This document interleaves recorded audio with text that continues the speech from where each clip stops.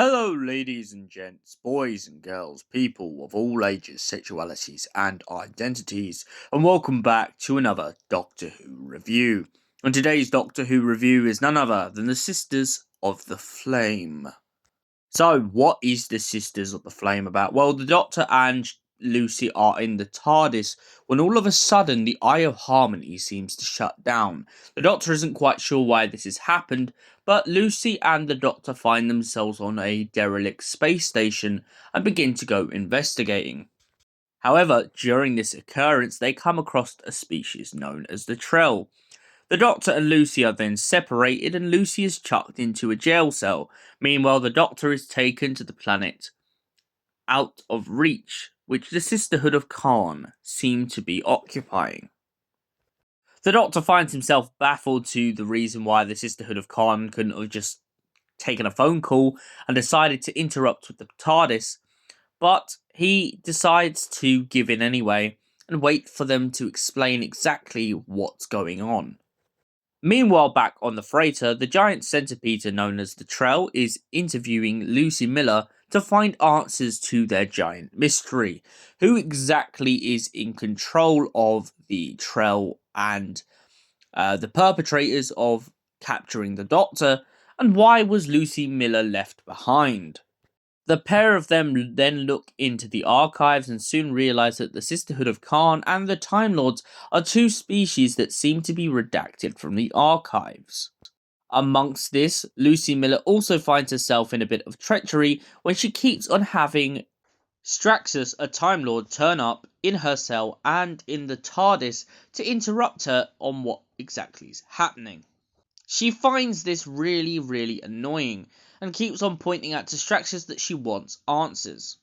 Lucy and the Trell then come to an agreement, and also an agreement with Straxus to decide exactly what's going on.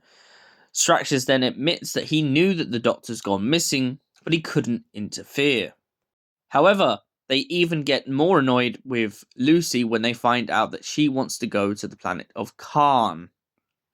This, however, confuses the Doctor at one point when the Doctor is confused as to why the Sisterhood of Khan aren't on Khan. It turns out after a little bit of deep diving, Lucie Miller discovers that Khan was sold off to a billionaire. However, it wasn't just sold off to any billionaire as the cliffhanger implies. It turns out that it was sold off to someone who was part of the cult of Morbius. And he's bought the planet in attempts to bring Morbius back from the dead. So, the Sisters of the Flame.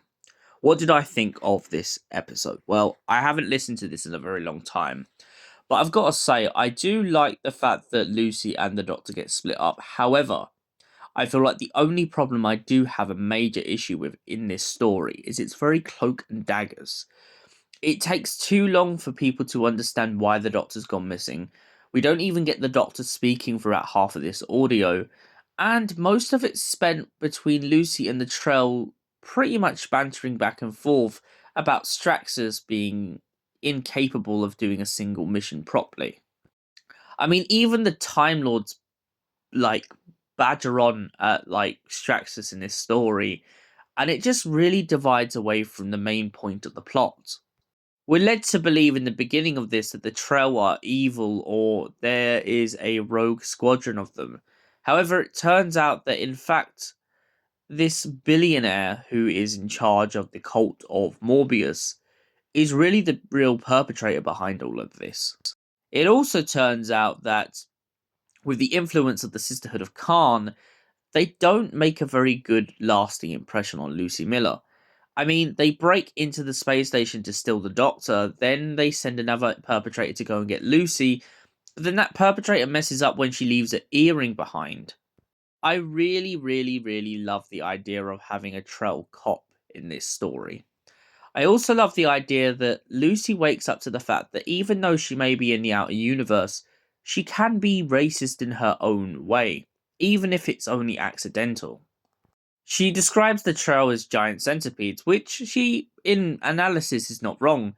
However, it can be seen as a slur, and at least Lucy is willing to admit when she's wrong. This is one of the defining qualities I think of Lucie Miller as a character. Along with people like Charlotte Pollard, Keris, and many others, I really love that a lot of the Eighth Doctor's companions are so open to the universe that they're provided in. And for that reason, I give this a solid 8 out of 10. Thanks for watching, and we'll see you in the next Doctor Who review.